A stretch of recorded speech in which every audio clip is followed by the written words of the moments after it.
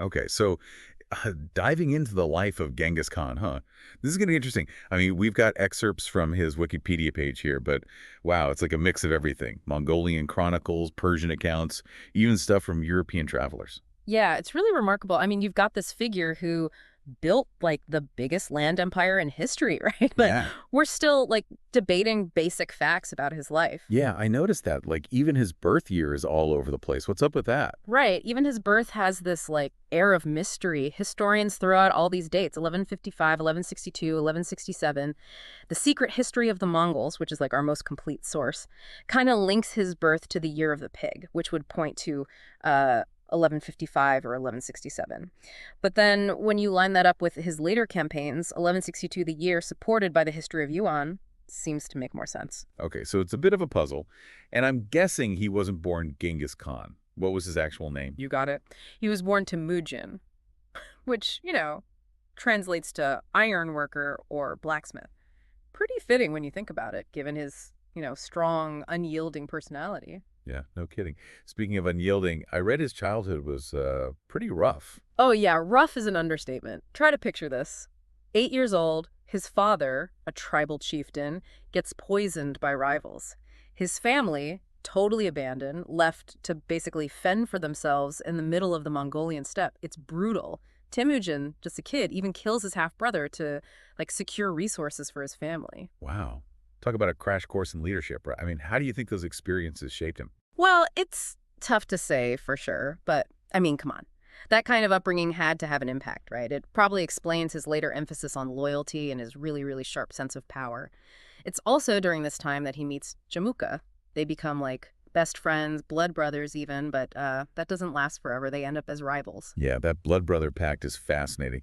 They basically end up on opposite sides of like this huge power struggle. What went wrong there? Their relationship is like key to understanding Genghis Khan's rise. You've got these two ambitious, charismatic dudes, once inseparable, now fighting for control of the Mongolian steppe.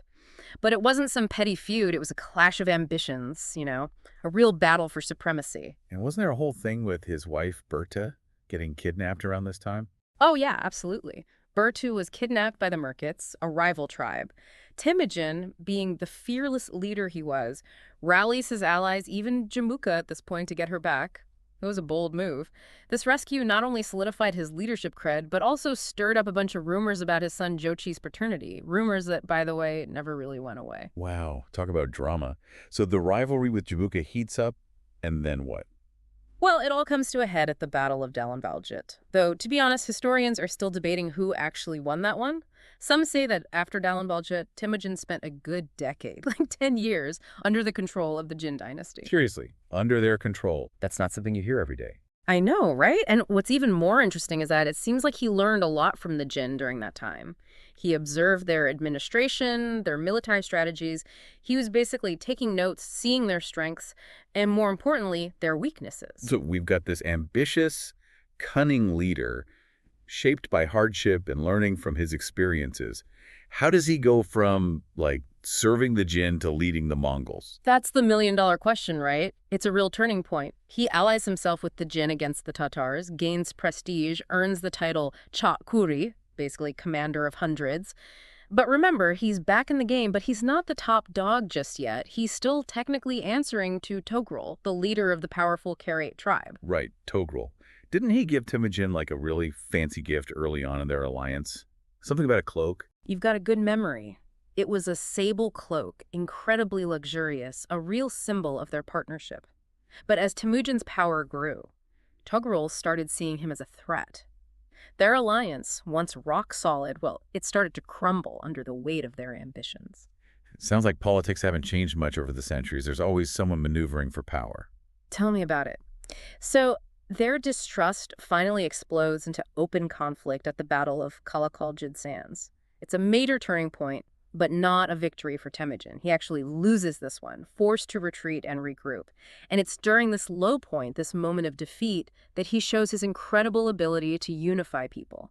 He basically lays the groundwork for what will become the Mongol Empire. Is this where the Baljuna Covenant comes in? I've heard it was a big deal. You got it. With his forces scattered, Temujin gathers his most loyal followers.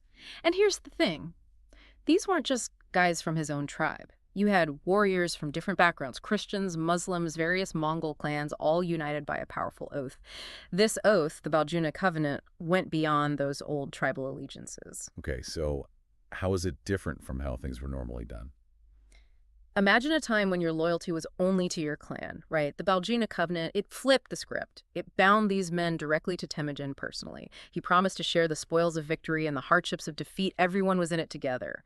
This created a powerful sense of shared destiny, almost like forging a new kind of Mongol identity. Wow, he replaced those old fractured loyalties with this unified vision. That's like next level leadership. So how do we get from this oath to the title Genghis Khan? Did it happen right after this new unity? The Baljuna Covenant was huge, a major step. But Temujin still had enemies to deal with. He outmaneuvers and defeats both Tughril and the Naimans, solidifying his control.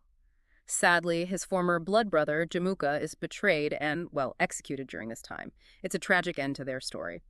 Anyway, finally, in 1206, at this massive gathering called a Kurultai, held near the Onon River, a sacred spot for the Mongols, Temujin takes the title Genghis Khan. You know, I've always wondered, what does Genghis Khan even mean? It's a title with a lot of debate surrounding it. Some say strong ruler, some say rightful leader, some even say it means ocean, implying vastness, dominion over a huge expanse. But no matter how you translate it, one thing is clear. This wasn't just a name, it was a statement. This was the birth of an empire, the start of a whole new era. An empire that would soon stretch across continents.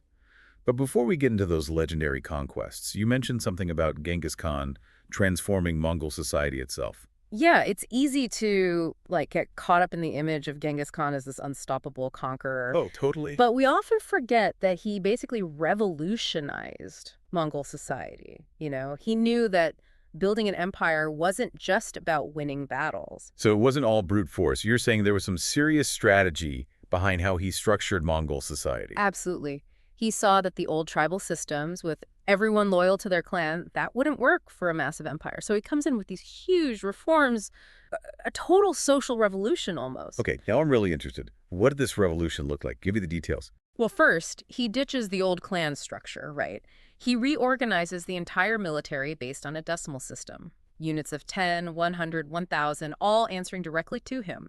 That way, loyalty flowed upwards, and no single clan could get too powerful. Smart. A really clever way to maintain control and make sure no one's plotting against him. Exactly. And to strengthen his hold even more, he expands the Kishig, his personal bodyguard. But this wasn't just a security detail. Think of it more like a training ground for future Mongol leaders, a hub of administration. He's keeping potential rivals close, offering a path to advancement, but also keeping a watchful eye on them. So he's not just a military genius, but a savvy politician too, playing the long game. Precisely. He was all about meritocracy too. Some of his most trusted generals, guys like Subutai and Jibe, they weren't high-ranking nobles or anything. They climbed the ranks through sheer skill and loyalty. And Genghis Khan, he recognized that, rewarded merit, but he also punished disloyalty harshly. And wasn't there that incident with the shaman Kokichu? Oh man, yeah, Kokichu. He made the mistake of challenging Genghis Khan's authority, even went as far as humiliating his brother. Not a smart move. Let's just say things didn't end well for Kokichu. This sent a message, though. You don't mess with Genghis Khan.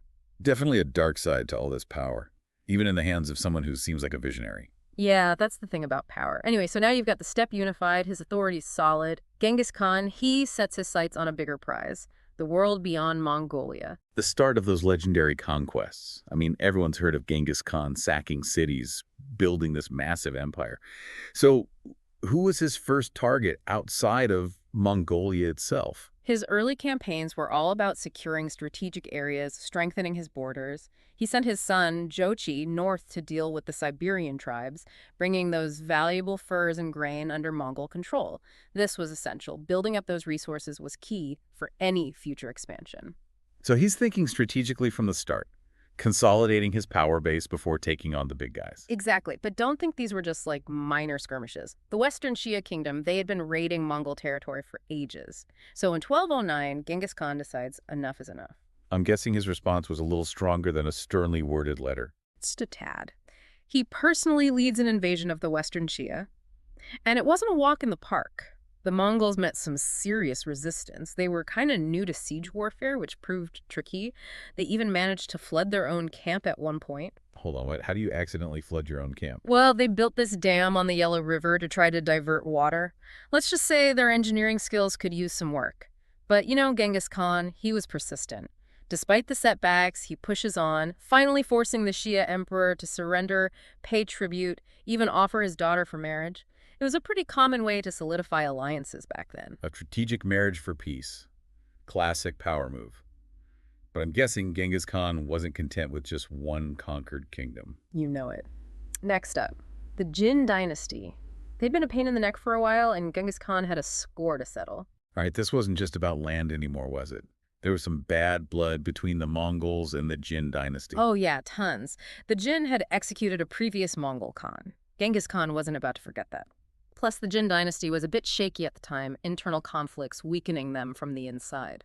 The perfect target. So a mix of personal revenge and strategic brilliance. Exactly. So in 1211, he launches this huge invasion, dividing his forces, classic Genghis Khan, always a step ahead to create chaos and fear within the Jin Empire. The Mongols, they were masters of psychological warfare, targeting not just armies, but the whole infrastructure. Burning fields, cutting supply lines, you name it. Brutal, but effective. Any setbacks during this campaign? Even Genghis Khan must have hit a few bumps in the road. Even Genghis Khan wasn't invincible. He was actually wounded during the siege of Xijing. Plus, logistics always a challenge in war famine. That kind of thing forced the Mongols to negotiate a temporary peace with the Jin. The empire was vast. Even Genghis Khan needed time to regroup. So it wasn't a perfect winning streak. Like you said, history's rarely that simple. Never. But this peace was short-lived. When the Jin moved their capital south to Kaifeng, trying to play it safe, Genghis Khan saw it as weakness. He renewed the assault, capturing Zhongdu, the former Jin capital, in 1215. And that was it for the Jin dynasty. Not quite. Genghis Khan left his general, Mukhali, a brilliant commander, to finish the job. But his attention was drawn elsewhere. A new threat had popped up, this time on the western frontier. This is where Kuchlug, the Naaman prince, comes in, right? You got it. Kuchlug, he'd fled west after Genghis Khan defeated his tribe. He took control of the Karakitai, a region west of the Mongol heartland. He was a problem that needed dealing with. So what did Genghis Khan do?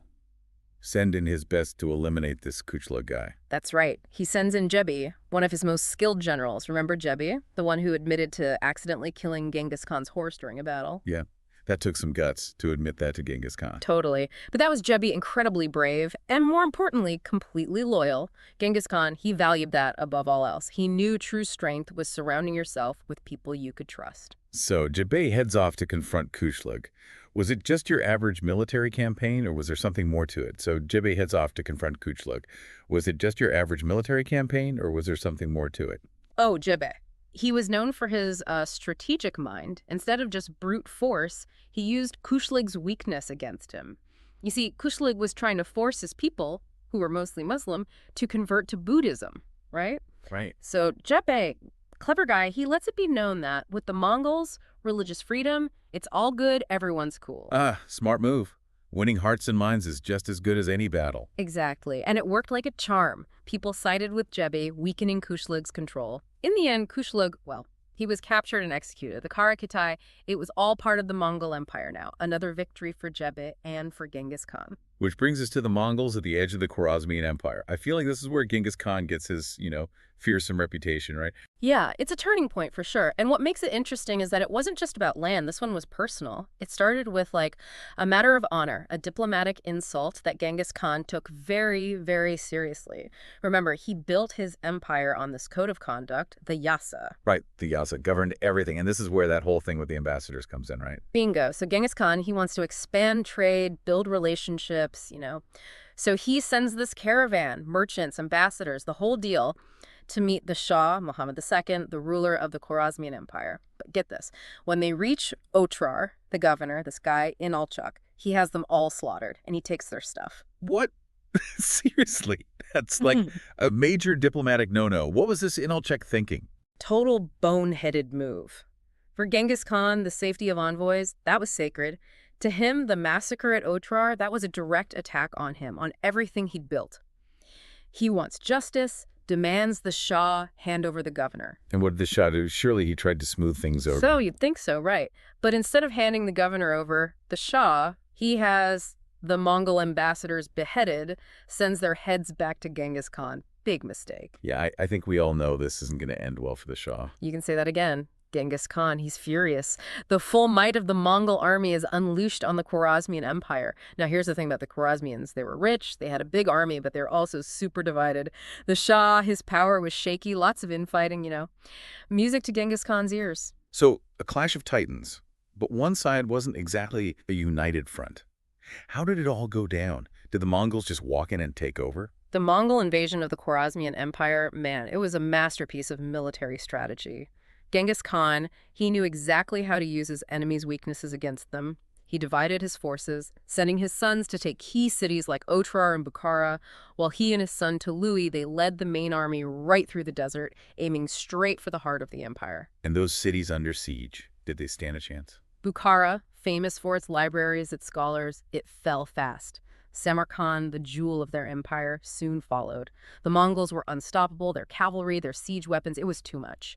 The Shah, he couldn't get his act together, couldn't rally his people. He ends up fleeing, dying on some island in the Caspian Sea, hunted down by Genghis Khan's generals. Wow, talk about a fall from grace. Yeah, it's brutal. But the Shah's death, it didn't stop the bloodshed. Genghis Khan, he was determined to make an example of anyone who defied him. Cities like Nishapur, Merv, Herat, once great centers of learning, they were completely destroyed. Millions died. It's a dark side of his legacy, no doubt. Definitely a dark chapter, a reminder of the true cost of war. Yeah. But I've also read that Genghis Khan, even amidst all this destruction, he had this curiosity, maybe? This respect for knowledge. I mean, there's stories of him talking to scholars, religious figures. Right. He wasn't just a conqueror. He was practical, too. He knew that to rule, you needed more than just force. You needed order. He brought in talented people from everywhere, consulted with scholars, holy men, everyone. There's this famous story about him meeting with a Taoist sage, Chuji. They discussed, philosophy, governing, how to live a long life, all kinds of stuff. It's fascinating how complex he was. Ruthless, but also this visionary leader who valued justice, loyalty, knowledge. So what happens to this vast empire he built? Well, with the Khwarezmians taken care of, Genghis Khan, he turns his attention back to the Western Shia. Remember them. They refused to help him in his campaign against the Khwarezmians. Genghis Khan, he never forgets a betrayal. In 1226, he launches his final campaign. The Western Shia, they're crushed. Cities destroyed. Their whole civilization basically wiped out. A brutal end. Okay. And Genghis Khan, he dies during this campaign. He does. In 1227, while he's still on campaign, he dies. No one knows exactly how. Hunting accident, sickness, it's a mystery. They bury him in secret somewhere near his beloved Burkhan Khaldun mountain. Fitting, I guess. A life shrouded in mystery, ending in mystery. Totally. But his impact, there's no denying it. He built an empire that stretched across continents, held together by military power, smart politics, and a code of law that influenced empires for centuries. He's one of those figures who you can't really put in a box. Yeah, he was ruthless, but he was also a unifier, a lawgiver, someone who embraced different cultures, different ideas. He changed the world, and people are still talking about him today. That's the thing about history, right? It's complicated. It's full of ambition, conflict, but also innovation and cultural exchange. Genghis Khan, he was a product of his time, shaped by this harsh environment, but he also shaped the world in ways we still feel today. His story reminds us that leadership is complex, that people are full of contradictions, and that one person can change the course of history. It also reminds us that there's always more to learn, always another layer to uncover, even with the most famous historical figures. And that's what makes a good deep dive so fascinating.